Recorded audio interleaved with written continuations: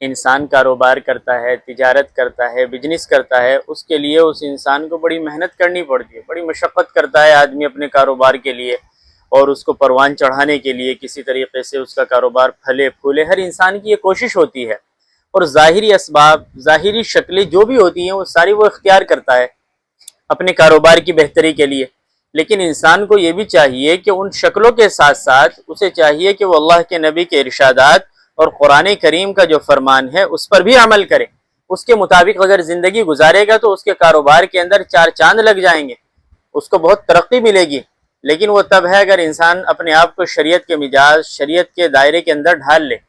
اللہ کے نبی علیہ الصلاۃ والسلام کا بتلایا ہوا ایک ایسا ہی عمل ہے، اور کرنے والے اس عمل کو اللہ کے نبی کے صحابی ہیں حضرت جبیر ابن مطعم، اور یہ خود بتلاتے ہیں کہ اس کا رزلٹ کتنا زبردست ان کی زندگی کے اندر آیا ہے، اور انہوں نے اس کو محسوس کیا اور پھر بتلایا۔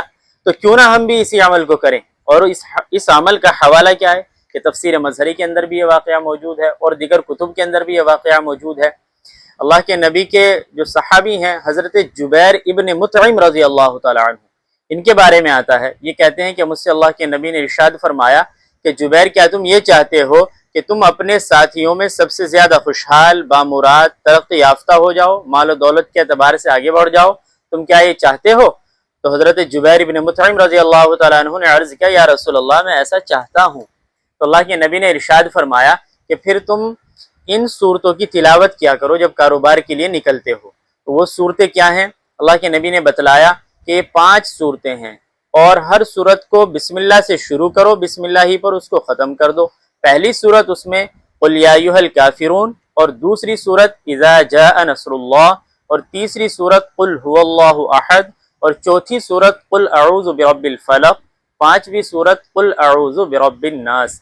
ہم میں سے ہر شخص کو یہ صورتیں یاد ہوتی ہیں، وہ خواہ عالم ہو یا کوئی بھی عام آدمی ہو، وہ کسان ہو، تاجر ہو، کوئی بھی ہو، ہر شخص کو یہ 5 صورتیں یاد ہوتی ہیں۔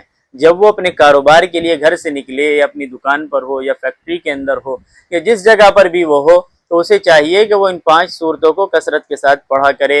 اللہ کے نبی نے بتلایا۔ اب حضرت جبیر ابن مطعم کا قول سنیں، کیا فرماتے ہیں کہ میں اپنے ساتھیوں میں سب سے زیادہ غریب تھا، سب سے زیادہ میری خستہ حالت تھی۔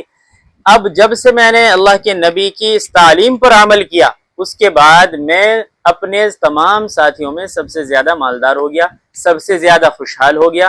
اللہ کے نبی نے بتلایا، اور صحابی نے اس عمل کو کیا، 100% فائدہ ہوا۔ اگر ہم بھی آج اسی نیت کے ساتھ کریں تو انشاءاللہ ہمارے کاروبار کے اندر بھی 4 چاند لگنے میں کسی طرح کا کوئی ڈاؤٹ نہیں ہے۔